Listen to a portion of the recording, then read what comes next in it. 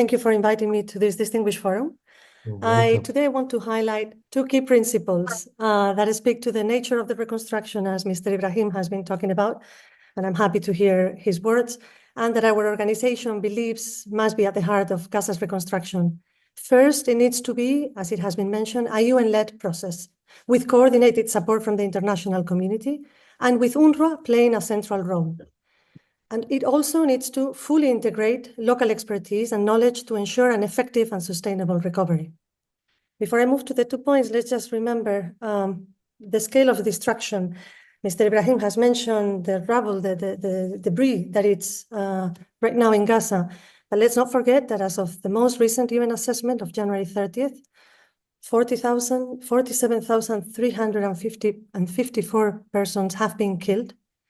That means 1 every 50 people in Gaza has lost their life. Over 100,000 people have been injured, with many suffering life-altering wounds.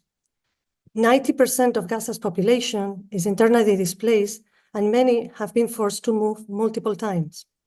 The humanitarian crisis is severe, with restricted access to food and water as we speak. Adding to this humanitarian crisis, we have a major infrastructure damage assessment that is estimated to reach 29.9 billion, with residential buildings bearing the brunt of that damage. Gaza's economy has collapsed, and the majority of Palestinians in Gaza suffer from what we know as multidimensional poverty, meaning they lack access to basic services like healthcare, education, employment, housing, and personal safety. So as a civil society organization, the Arab Renaissance for Democracy and Development advocates for a UN-led reconstruction that integrates local knowledge and experience to ensure sustainable and effective recovery in Gaza. In the latest statement, the UN has set 2 priorities that have been previously mentioned as well. Number 1, protecting civilians and ensuring respect for international humanitarian law. Number 2, guaranteeing safe and unrestricted access for humanitarian aid. These 2 priorities are fundamental pillars without which reconstruction cannot move forward effectively. And as we know, it is of difficult implementation as of today.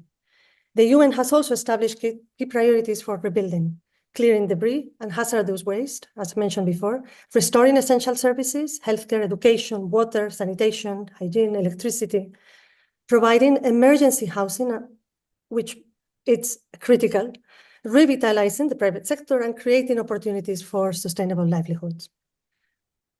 In this UN-led reconstruction process, we believe UNRWA remains a critical player in delivering humanitarian aid and rebuilding the infrastructure in Gaza. UNRWA has the largest local workforce in Gaza, most of whom are Palestinians.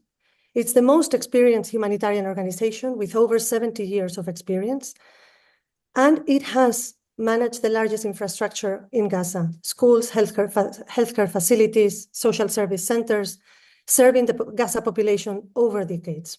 And as a result, it is prepared to scale up recovery programs, ensuring that it reaches aid to those that need it. And the final point I want to make is our call for local knowledge for this reconstruction process. Past wars and conflicts in Gaza have shown that local professionals and institutions play a critical role in rebuilding. If we look at the aftermath of aggression Operation Cast-led in 2008-2009, local engineers and construction workers led clearing debris and rebuilding homes, schools, and medical facilities despite material shortages.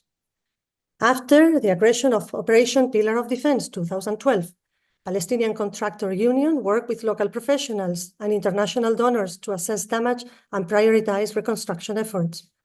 After aggression of Operation Protective Edge 2014, university-led research in Gaza developed sustainable construction materials such as recycled rubble to overcome shortages. There are no universities left in Gaza, but students are there and professionals, those who remained as well, and those who are in the diaspora, and those who are in the region. After the aggression, and just to conclude, after the aggression of Operation Guardian of the Walls 2021, local humanitarian organizations such as the Palestinian Red Crescent Society mobilized emergency aid, were critically mobilized in emergency aid, etc., infrastructure recovery. So the lesson learned is that, again, local experts, engineers, organizations, etc., can help. In Jordan, in late October 20 2023, Jordanian engineers volunteered to organize already reconstruction efforts. Of course, this was at the very beginning of this aggression, and it didn't move forward for the reasons that we all know. So, to this end, in order to facilitate this type of local inclusion of local expertise, is in discussions. Our organization is in discussions on developing a repository of expert network and locally driven reconstruction efforts.